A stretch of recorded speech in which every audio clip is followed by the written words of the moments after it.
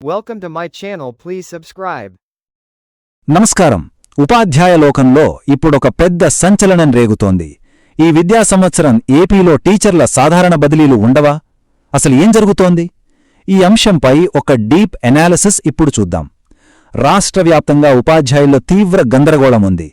అసలు బదిలీల ప్రక్రియ పూర్తిగా ఆగిపోవడం వెనుకున్న అసలు కథేంటి, పదోన్నతులపై ఎందుకు ఇంత అస్పష్టత నెలకొంది అనేది ఈరోజు మనం తెలుసుకోబోతున్నాం.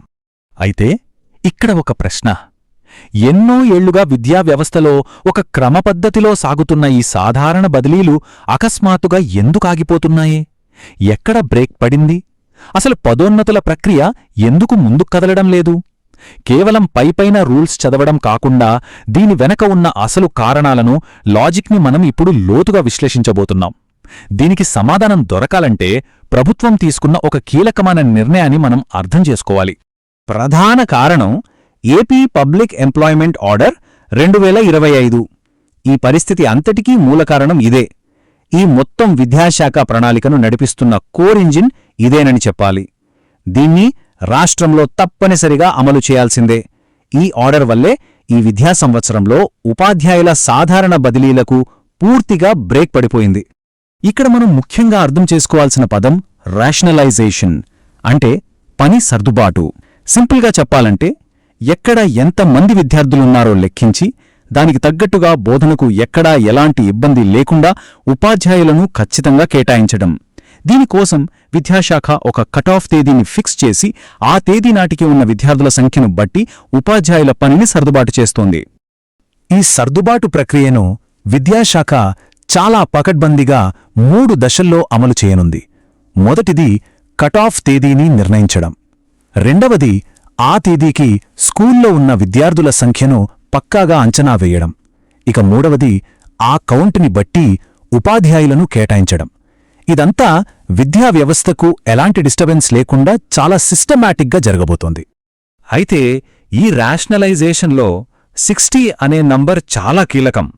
ముఖ్యంగా ఆదర్శ ప్రాథమిక పాఠశాలల విషయానికి వస్తే, ఒకవేళ అక్కడ 60 మంది కంటే ఎక్కువ విద్యార్థులు ఉంటే పరిస్థితి ఏంటి? ఇక్కడే అసలు ట్విస్ట్ ఉంది. అక్కడ ఎంతమంది టీచర్లను కేటాయించాలనేది కింది స్థాయి అధికారులు కాదు, నేరుగా కమిషనరేట్ స్థాయిలోనే డిసైడ్ చేస్తారు. ఇది పని సర్దుబాటులో ఒక చాలా ముఖ్యమైన ఆపరేషనల్ రూల్. వర్గీకరణ, జిల్లా వర్సెస్ జోనల్ క్యాడర్. జిల్లాల పునర్వ్యవస్థీకరణ తర్వాత ఉపాధ్యాయుల పోస్టింగ్లలో చాలా పెద్ద మార్పులు జరగబోతున్నాయి. ఇప్పుడు ప్రతి ఒక్కరి మదిలో మెదులుతున్న ఒక విశ్లేషణాత్మక ప్రశ్న: ప్రభుత్వం తీసుకున్న ఈ నిర్ణయంతో ఏ జిల్లా ఉపాధ్యాయులు అక్కడే ఉండిపోవాలా? జోనల్ వ్యవస్థలో రాబోయే మార్పులేంటి? ఇప్పుడు దీనికి సమాధానాలు వెతుకుదాం. ఇక్కడ క్యాడర్ విభజనను మనం స్పష్టంగా గమనించాలి. ఎస్జీటీలు, స్కూల్ అసిస్టెంట్లు, అలాగే పంచాయతీ మున్సిపల్ స్కూల్స్ హెచ్ఎంలు, వీరంతా కేవలం జిల్లా స్థాయి క్యాడర్ కిందకే వస్తారు.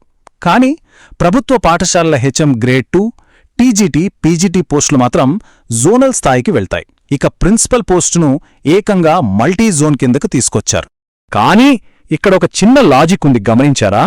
ప్రభుత్వ స్కూల్స్ హెచ్ఎం గ్రేడ్ 2 జోనల్ స్థాయికి వెళ్లినా స్థానిక సంస్థల అంటే పంచాయతీ లేదా మున్సిపల్ హెచ్ఎం గ్రేడ్ 2 పోస్టులు మాత్రం జిల్లా స్థాయిలోనే ఉండిపోయాయి.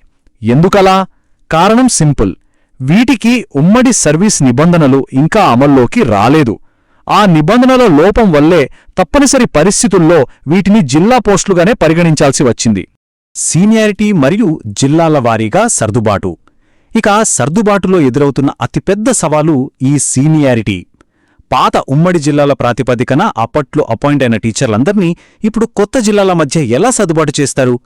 సీనియారిటీని బేస్ చేసుకుని జిల్లాల మధ్య వాళ్లను మార్చే ఈ రీషఫ్లింగ్ ప్రక్రియ ఎలా ఉండబోతోందో ఇప్పుడు చూద్దాం. ఈ ప్రాసెస్ని గమనిస్తే మొదటగా ఉపాధ్యాయులకు వారి సీనియారిటీ ఆధారంగా ఆప్షన్లిస్తారు. ఆ తర్వాత ఏ జిల్లాకు ఎంత అవసరముందో చూసుకొని అక్కడికి పంపిణీ చేస్తారు. టీజీటీ, పీజీటీలను జోనల్ స్థాయిలోనే మారుస్తారు. ఇక్కడ మీరు గుర్తుంచుకోవాల్సిన మోస్ట్ ఇంపార్టెంట్ పాయింట్ ఏంటంటే, ఈ ఏపీ పబ్లిక్ ఎంప్లాయ్మెంట్ ఆర్డర్ ప్రకారం ఒక్కసారి సర్దుబాటు పూర్తయ్యాక ఏ టీచర్ ఏ జిల్లా లేదా ఏ జోనుకు వెళ్తారో ఇక వారు శాశ్వతంగా ఆ జిల్లా లేదా జోన్కి స్థానికులుగా మిగిలిపోతారు. అవరోధం, పదోన్నతులపై చట్టపరమైన నిబంధనలు. సర్దుబాటు సంగతి ఎలా ఉంచితే అసలు ప్రమోషన్ల పరిస్థితేంటి? బదిలీల కంటే ఎక్కువగా ఉపాధ్యాయుల్లో టెన్షన్ పెంచుతున్న అంశం ఇదే. ప్రమోషన్ల ప్రక్రియలో ఉన్న చట్టపరమైన అడ్డంకులేంటి, అసలు ఈ ప్రక్రియ ఎందుకు ఆగిపోయింది అనే దానికి ఉన్న ప్రధాన చట్టపరమైన కారణాన్ని ఇప్పుడు విశ్లేషిద్దాం. ఈ పదోన్నతుల వివాదానికి అసలు కారణం సుప్రీంకోర్టు విధించిన టెట్ నిబంధన. ఉపాధ్యాయులు ప్రమోషన్ పొందాలంటే టీచర్ ఎలిజిబిలిటీ టెస్ట్ అంటే టెట్ పాస్ అవ్వడం తప్పనిసరి అని సుప్రీంకోర్టు కఠినంగా చెప్పేసింది. ఆశ్చర్యమేంటంటే కొత్తవారికే కాదు, కొన్నేళ్లుగా సర్వీస్లో ఉన్న ఉపాధ్యాయు కూడా ప్రమోషన్ పొందాలంటే ఖచ్చితంగా 2 పేపర్లలో టెట్ అర్హత సాధించి తీరాల్సిందే. అయితే ఇందులో కొంత ఆశావాహ పరిణామం కూడా జరిగింది. ఈ రూల్ రాగానే ప్రభుత్వం ఇటీవల నిర్వహించిన టెట్ పరీక్షల్లో ఇన్ సర్వీస్ ఉపాధ్యాయులకు ఒక అవకాశమిచ్చింది. చాలామంది దీన్ని సద్వినియోగం చేసుకుని సక్సెస్ఫుల్గా టెట్ క్వాలిఫై అయ్యారు కూడా.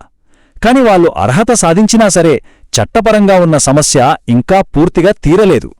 ఎందుకంటే అసలు సర్వీస్లో ఉన్నవారికి ఈ టెట్ నిబంధన పెట్టడాన్ని సవాలు చేస్తూ అటు పలు ఉపాధ్యాయ సంఘాలు, ఇటు రాష్ట్ర ప్రభుత్వం కలిసి సుప్రీంకోర్టులో రివ్యూ పిటిషన్లు దాఖలు చేశాయి.